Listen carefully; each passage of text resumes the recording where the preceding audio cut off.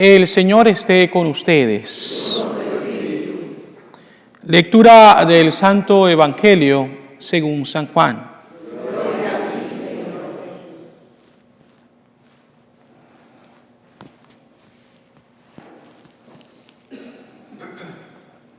En aquel tiempo, Jesús dijo a sus discípulos: La paz les dejo, mi paz les doy. No se la doy como la da el mundo. No pierdan la paz ni se acobarden. Me han oído decir: me voy, pero volveré a su lado. Si me amaran, se alegrarían de que me vaya al Padre, porque el Padre es más que yo. Se lo he dicho ahora, antes de que suceda, para que cuando suceda, crean. Ya no hablaré muchas cosas con ustedes, porque se acerca el príncipe de este mundo. No es que él tenga poder sobre mí, pero es necesario que el mundo sepa que amo al Padre y que cumplo exactamente lo que el Padre me ha mandado. Palabra del Señor. Pueden sentarse.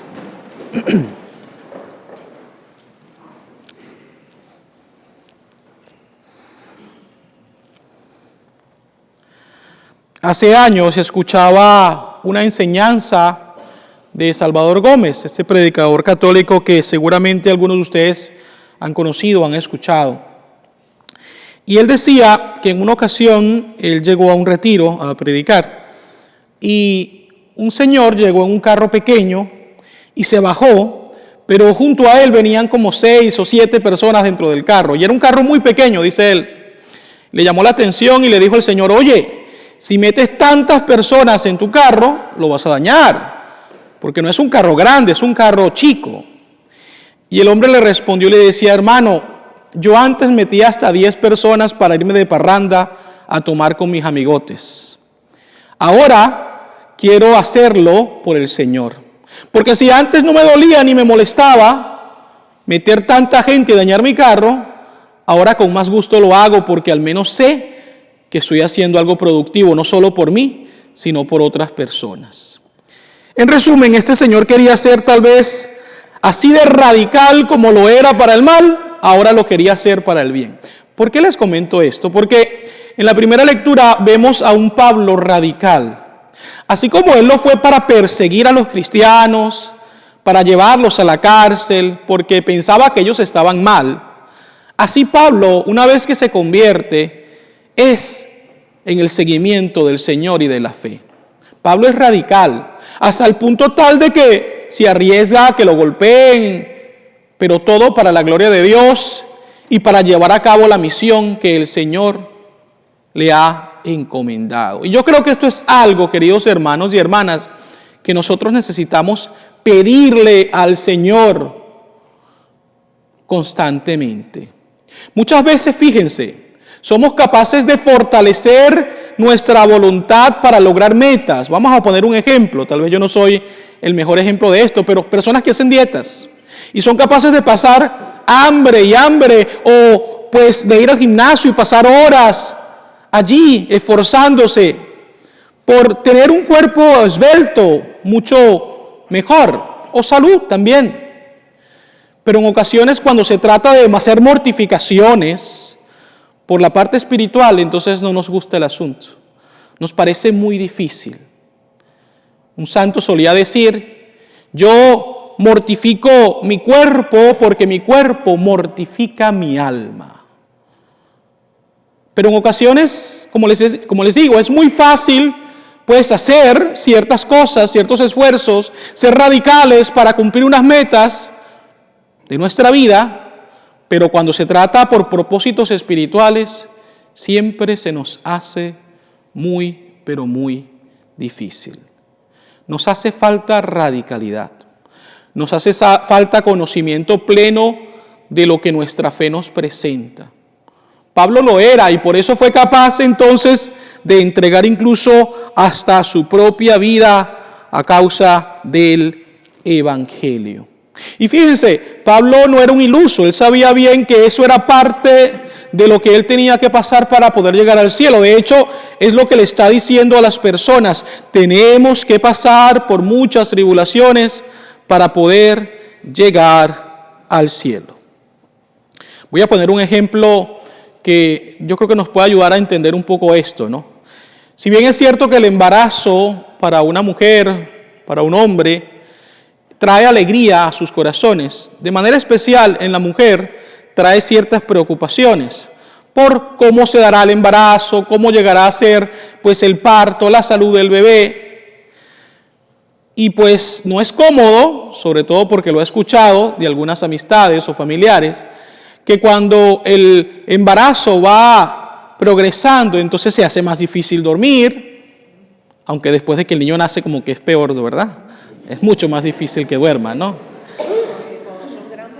Y es peor todavía, ¿verdad? Pero lo cierto es que dicen que a lo largo que el embarazo va progresando, pues sí, se hace más difícil dormir y pues bueno, hay muchas cosas. Luego entonces si es un parto prolongado, una labor de parto prolongado, las horas, o si es cesárea. Es decir, ahorita tal vez está esta inyección raquia, creo que se llaman, ¿no? Que tal vez alivia un poco el dolor, pero sin embargo todo esto está lleno de angustia hasta cierto punto, de dolor físico hasta cierto punto. Pero ¿qué pasa después de que el bebé nace? Todo se olvida. Y vemos a una mamá tal vez adolorida físicamente, pero con gozo espiritual, porque tiene en sus brazos a ese hijo, a ese bebé que Dios le ha regalado. Y eso es lo que a ella le importa en ese momento, y disfruta ese momento. Se deja llenar del gozo que Dios le trae por medio de la vida de su bebé. Pues queridos hermanos y hermanas, un poco así es nuestra vida cristiana.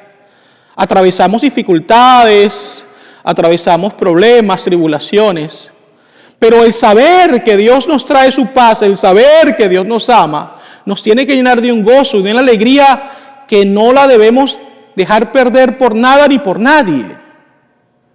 Eso es lo que Dios quiere de nosotros. Y fíjense, en el Evangelio, Jesús precisamente antes de su muerte, resurrección y ascensión al cielo, sabiendo que va a dejar a sus discípulos físicamente, comparte con ellos la paz. La paz que es un regalo de Dios y que no es precisamente tranquilidad. Muchas veces corremos el riesgo de confundir la paz con tranquilidad. Yo estoy en paz porque me siento tranquilo. Y realmente ese no es el sentido de la paz de Cristo. Porque en medio de la paz Jesús también nos habla de guerras, de persecuciones, de dificultades. Entonces no puede haber tranquilidad si están estas cosas. ¿Qué es la paz que el Señor nos ofrece? Pues una serenidad, una confianza de que en medio de las dificultades Jesús nos acompaña y no nos deja solos. Ya yo he contado este cuentecito, pero voy a volverlo a hacer. No sé si fue en una misa de domingo o si fue en una misa diaria, pero lo he contado. Voy a permitirme contarlo de nuevo porque siempre hay personas nuevas en misa. Y es la historia de un niño que se monta en un avión junto con otras personas y el avión despega. Y en un determinado momento del vuelo comienza a haber una turbulencia bastante fuerte y las personas se asustan, a excepción del niño que iba muy tranquilo. Y después de que pasa la tempestad y las personas comienzan a calmarse, un señor bastante admirado y sorprendido por la actitud del niño, se voltea y le dice: hijo, todos estábamos asustados menos tú, ¿por qué? ¿Por qué no te asustaste? Y el niñito con una sonrisa dijo: lo que pasa es que el piloto es mi papá. Él estaba confiado porque su papá era el que llevaba el control de la situación. ¿Cuánto nos hace falta a nosotros tener esa confianza plena en Dios? ¿Será que en ocasiones nosotros no dejamos que Dios sea el que lleve el control y nosotros lo llevamos y por eso nos da tanto miedo? Cuando es Dios el que lleva el control de nuestras vidas, vamos a sentir la misma confianza que ese niño sentía. Pero ¿saben qué? Es necesario dejarle a Dios tomar el control. Mike Sweeney fue un jugador de béisbol de Grandes Ligas. Jugaba para los Kansas City Royals por mucho tiempo, luego pasó por varios equipos pero se hizo como pelotero allí en ese equipo de los Kansas City Royals. Y algo muy interesante de él es que Mike Sweeney es un hombre católico muy bueno, involucrado en diferentes ministerios de la iglesia, él, su esposa, sus hijos, un hombre bastante bueno, bastante fiel a su fe.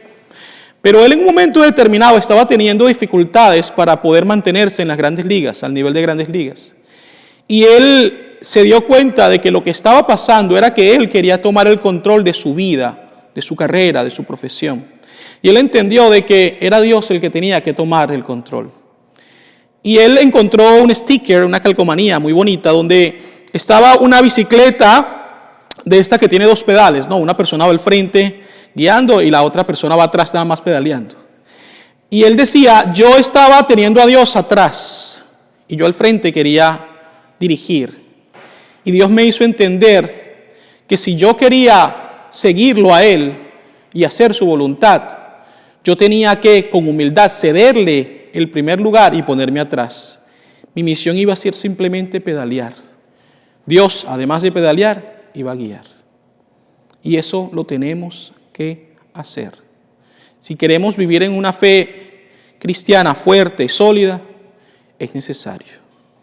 No es fácil, pero sabemos siempre que Jesús nos llevará al lugar en el cual podremos encontrar, pues, consuelo, fortaleza y esperanza. Pidamos al Señor, pues, que nos llene de todos los dones que necesitamos para seguirle fielmente y para confiar en Él en todo momento. Así sea.